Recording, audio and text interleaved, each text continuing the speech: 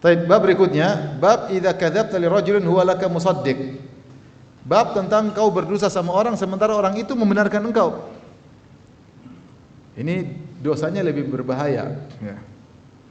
Dia kenal engkau dan dia sedang membenarkan engkau. Jadi dosa dusta bertingkat-tingkat. Secara umum dusta adalah buruk, tetapi lebih buruk ketika orang lagi percaya sama engkau malah kau berkhianat, kau malah bohongin dia.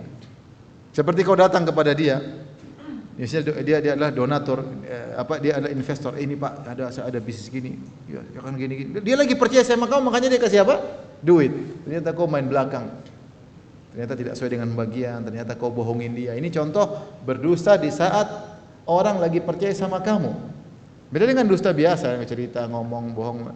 Ini dia lagi percaya sama kamu, teman kau dustain.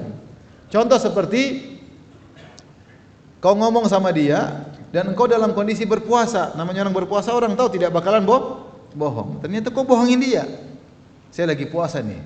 Oh iya benar, dia enggak mungkin bohong. Kalau bohong puasanya tidak ada pahala. Ternyata bohong. Atau lagi di masjid. Ih, demi Allah kita di rumah Allah ini. Ini kisah nyata. Jadi saya pernah zaman dulu waktu masih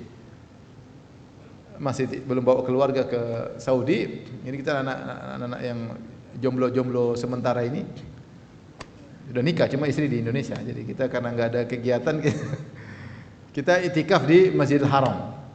Mereka anak muda semua itikaf di Masjidil Haram. Kemudian pas hari raya barang-barang hilang. Ternyata ada pencuri. Dia ambil, dia masukin. Saya yang lihat. Akhirnya saya tangkap dia.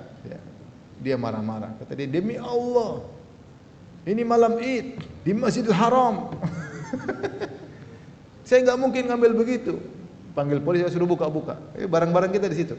Maksudnya orang kalau orang di masjid kan orang nggak percaya. Gimana saya mau curi? Saya di Masjid Haram lagi.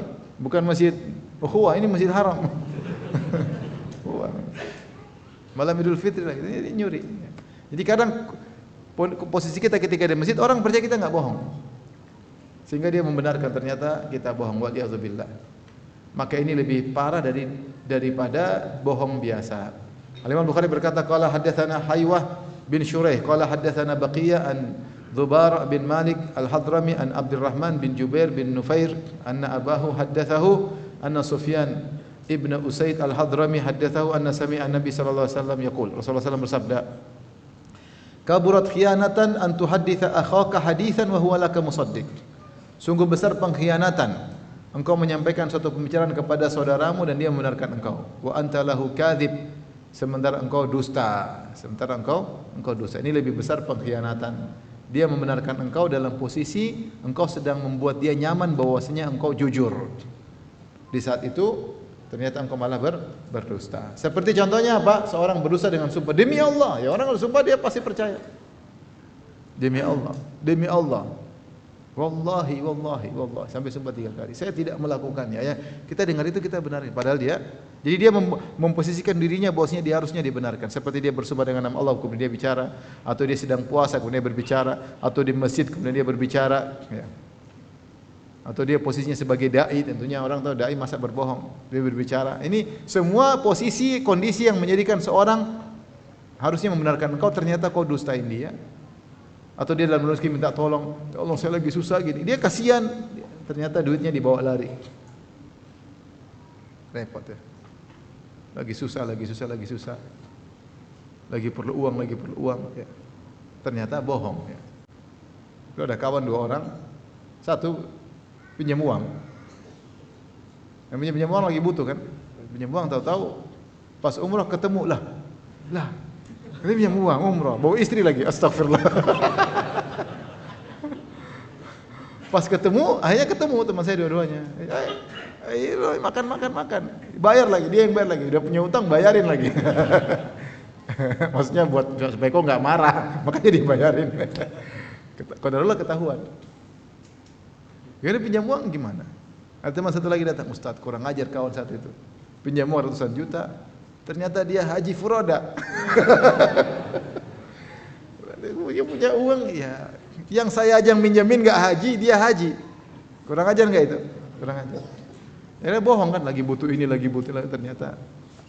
Jadi dosanya tidak seperti kondisi kita untuk dibenarkan. Jadi dusta biasa dosa, tapi kalau dusta kita lagi puasa, kita lagi sumpah, kita lagi di masjid, kita lagi menyatakan saya lagi butuh, minta pertolongan dan kita dusta, makin dosanya lebih besar.